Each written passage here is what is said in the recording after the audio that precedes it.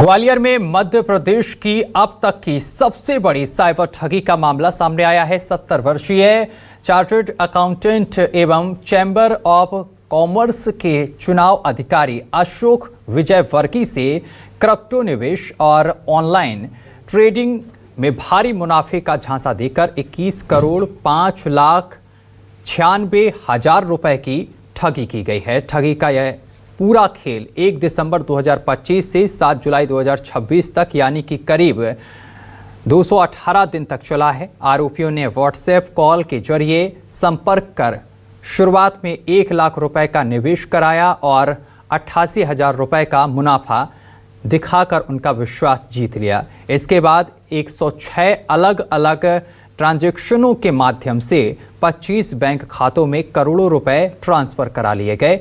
आरोपियों ने 33.25 करोड़ रुपए का फर्जी ऑनलाइन पोर्टफोलियो दिखाकर करीब 12 करोड़ रुपए के मुनाफे का भ्रम पैदा किया। जब पीड़ित ने अपनी राशि निकलाने की कोशिश की तो टैक्स और विभिन्न फीस के नाम पर करोड़ों रुपए की अतिरिक्त मांग की गई।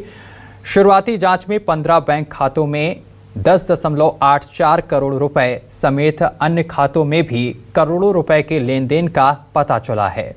पीड़ित की शिकायत पर साइबर सेल ने एफआईआर दर्ज कर मामले की जांच पड़ताल शुरू कर दी है।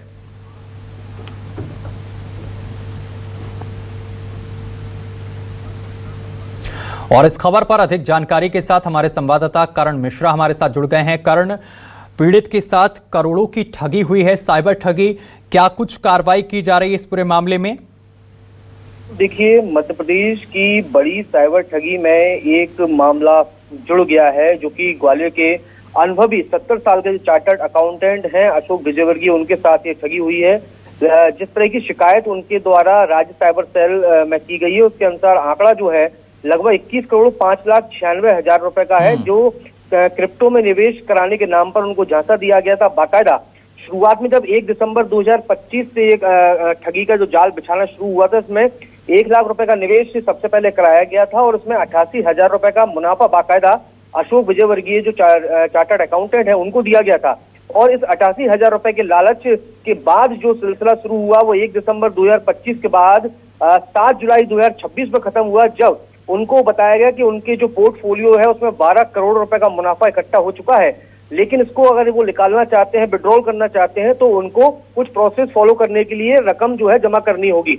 और इस तरह से जब रकम जमा करना शुरू की गई तो इस लिहाजा 21 करोड़ 5 लाख की जो है ठगी जो है उनके साथ हुई। और जब पैसा उनको नहीं मिला तो उनको समझ में आया कि उनके साथ जो है साइबर ठगी हुई है। और देखा जा सकता है कि एक लंबा टाइम ड्यूरेशन जो है उसको साफ तौर पर समझा जा सकता है कि 218 दिन तक उनको इस तरह के जाल में फंसा के रखा गया। हालांकि खुद के साथ हुई साइबर ठगी को महसूस होने के बाद उन्होंने तत्काल राज्य साइबर सेल में इस पूरे मामले की शिकायत की है। शुरुआती जांच में यह बात सामने निकल कर आई है कि पहली लेयर में जो है 25 बैंक खातों में ये पैसा गया है और उसके बाद बाकी रकम जो है वो 306 बैंक खातों में इनका ट्रांजैक्शन किया गया है। यानी कहीं ना कहीं अब इस रकम को रिकवर करना भी राज्य साइबर सेल के लिए एक बड़ी चुनौती है। और यही वजह है कि जो अशोक विजयवर्गीय उन्होंने कहा है कि उनकी जीवन भर की पूंजी जो है साइबर ठगी में चली गई। जी इस पूरे मामले में आप पुलिस किस तरीके से कार्रवाई कर रही है? साइबर ठगों की पहचान कैसे की जा रही है?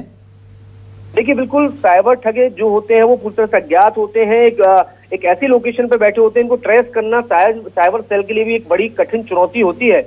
हालांकि जिस तरह के बैंक खातों में ट्रांजैक्शन हुआ है इसमें साफ तौर पर अभी तक जो जानकारी सामने आई है कि जो यूनियन बैंक है उसमें 15 लाख रुपए, एचडीएफसी में 6 करोड़ से ज्यादा की रकम और वहीं आईसीआईसीआई बैंक में भी लगभग 10 करोड़ से ज्यादा की रकम जो है उसमें पहुंची है। इन बैंक खातों की ट्रेसिंग की जा रही है, इनको विड्रॉल करने वालों लोगों की पहचान की जा रही है।